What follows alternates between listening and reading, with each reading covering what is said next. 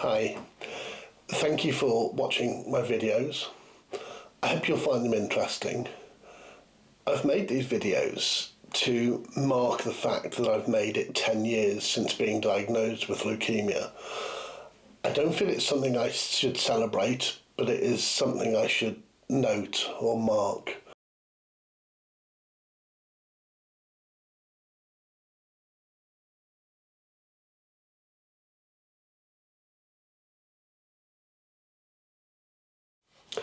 I've made these videos in the same way that I write my blogs. I do it to get all the poisonous stuff that's in my head out of my head. I do it to get rid of all the negative stuff that goes on. At its most basic form, I do it for myself. I do it for my own selfish reasons. But with the blogs, a number of people have come up to me and said how they found it helpful, or people close to them have found it helpful. So if any one of these videos helps just one other person, then I couldn't be more happy or proud. Now, no doubt some people will think, oh, I wouldn't have done that, or he shouldn't have said that, or, they're too dour, or they're too cheerful, or whatever.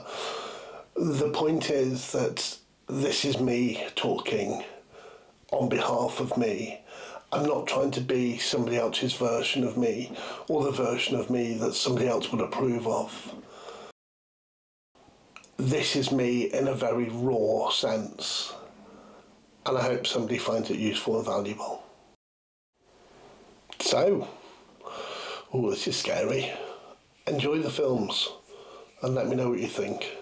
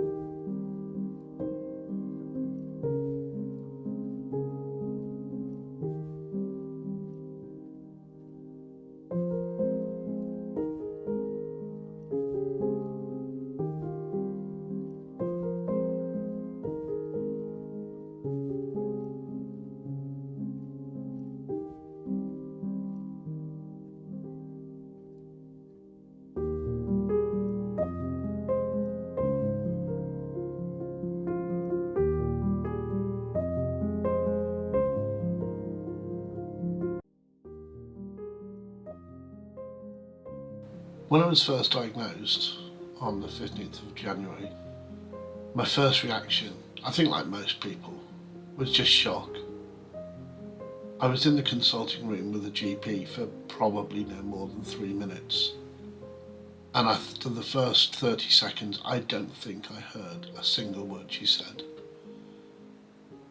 My brain just went off in such a myriad of different directions. But I think the overwhelming first thought I had was, how am I going to tell Karen?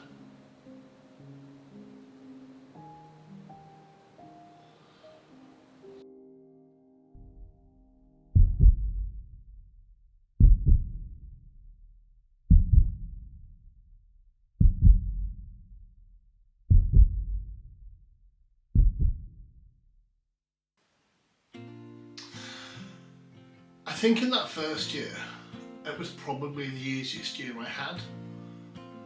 After being diagnosed, for the first couple of weeks, I just kind of felt strange. I wasn't scared, I wasn't nervous, I wasn't anxious. It just kind of felt strange. I guess at some point in our life, we all wonder, how am I going to die? And it kind of felt a bit odd knowing how I'm going to die. Yeah, so you've been told that you have a terminal illness, and the first few days are just terror. You're absolutely terrified. You think, God, am I going to die soon? Am I going to die quickly? Am I going to die horribly? Am I going to be in pain? So those first few days was something of a whirlwind, kind of a tsunami of emotions. But it settled down pretty quickly. Because I think, as I've said elsewhere, if you're going to get leukemia, this is the type of leukemia to get. The average mortality is 5 to 7 years, which is, pretty good for most types of cancer. But we kind of adapted, Karen and I adapted very quickly thereafter. When I was back working, a week after I was told. So it took a little bit of time out for Karen and myself to kind of adjust. But yeah, I was back working. It's, no big deal. You don't, there was an old advert that said, "We don't make a drama out of a crisis." You don't need to make a big deal out of this. Alright, so you've got an illness. Get on with life. As far as you can, get on with life. Until the things become so bad that you can't work. And then you find other things to get on with. So you just have to make the best of whatever's chucked at you. That's kind of the nature of life. That's not me, that's what we as human beings do. So yeah, you just get on with it. So the first few days, we were discomforted. But you adapt quickly, you get on with it. There's no point dragging other people down. So, pick your head up, put a smile on your face, and get out there and get back to work, get back to life. In that first year, everything carried on as normal.